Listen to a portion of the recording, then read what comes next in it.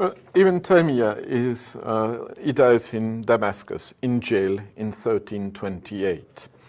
And he has been misused during the 20th century by some of the most extremist Islamists.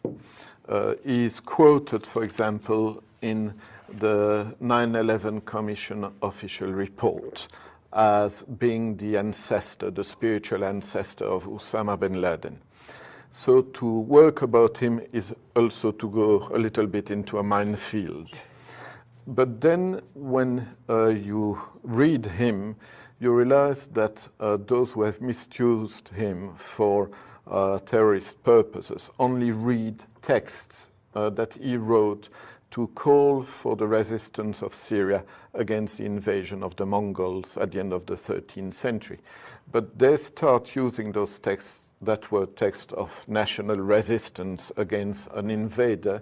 They use those texts to call for the killing of unjust Muslim rulers.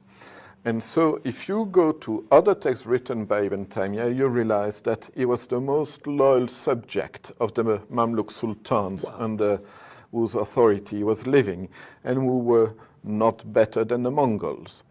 And you realize that he is caricatured, he is reduced to just a few pages that he wrote against an enemy.